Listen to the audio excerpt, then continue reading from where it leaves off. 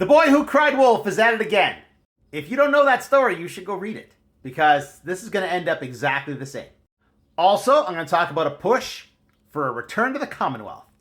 In the talk about his negotiation tactics, I'm going to point out why it's all bullshit and how he's not going to achieve any of the things that he says he wants. And then RBC has an economic outlook, and I'll cover that at the end.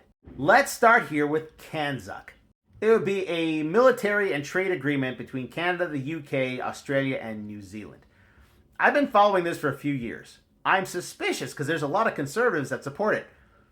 But so far, it seems like a really good idea.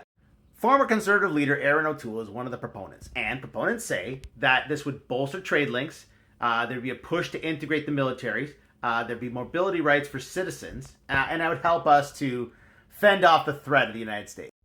Together, the four countries could be a formidable bloc with a combined GDP of roughly $6.5 trillion and the world's third largest military force.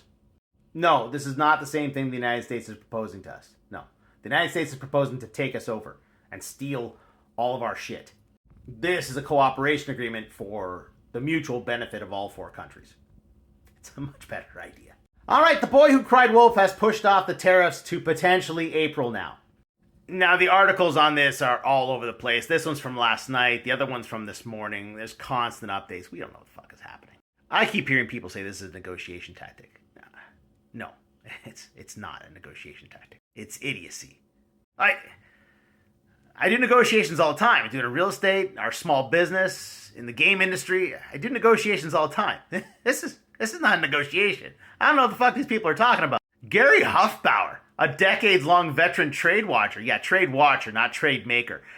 He said that's not a bug of Trump's trade policy. It is. As they say, that's a feature of Trump, and we'll continue to see that over the next several years, to the detriment of the United States. Why do I say that? Because it's just like the story of the boy who cried wolf. You know the story. If you don't, look it up, okay? This boy would cry wolf, and the townspeople would go crazy in fear. And then he'd laugh at them. And he'd do it again and again and again. And eventually, they didn't believe him anymore. So he cried wolf one last time, and there was actually a wolf there. And the wolf ate him. Here's what's happening in the real world, right? He cries wolf, in this case tariffs, and people around the world get scared. And they start looking to protect themselves. But eventually, the wolf shows up. But everyone else will have ceased to believe you, and they'll tell you to go fuck yourself.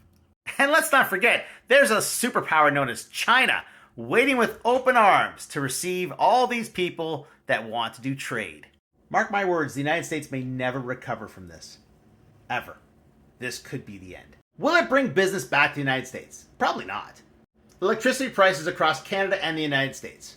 On the heels of Irving Paper shutting down 50% of its New Brunswick operations due to electricity rates. Ontario's electricity is 10 cents per kilowatt hour in US dollars. Quebec's is 6 cents. Look at the prices in the US. They're on par or more, with a few places being down here at 9 cents, which isn't far off. Look at Manitoba, 8 cents. Manufacturing, data facilities, etc., they use up a lot of electricity, so cheap electricity is very important. It's also important that it's consistent and reliable. See, like Texas is at 9 cents, but we've seen the news over the past few years. In the wintertime, the grid goes down. You gonna build a factory in here? I don't think so. It sure ain't gonna be cheap. Alright, RBC has released this report, Provincial Budgets and Economic Statements. Because it's that time of the year. The opening paragraph says it all. There are structural economic challenges ahead.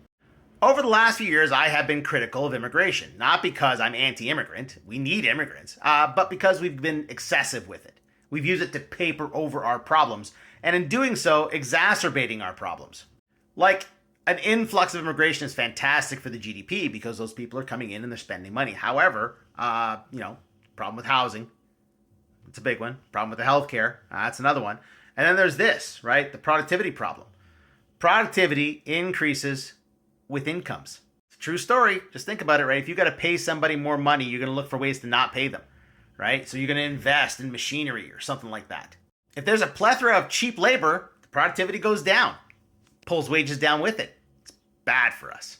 And the past administration has leaned heavily on that. And now, new leadership are saying the same things. We've got to put a cap on immigration because it has led to these problems that we've been talking about for the last several years.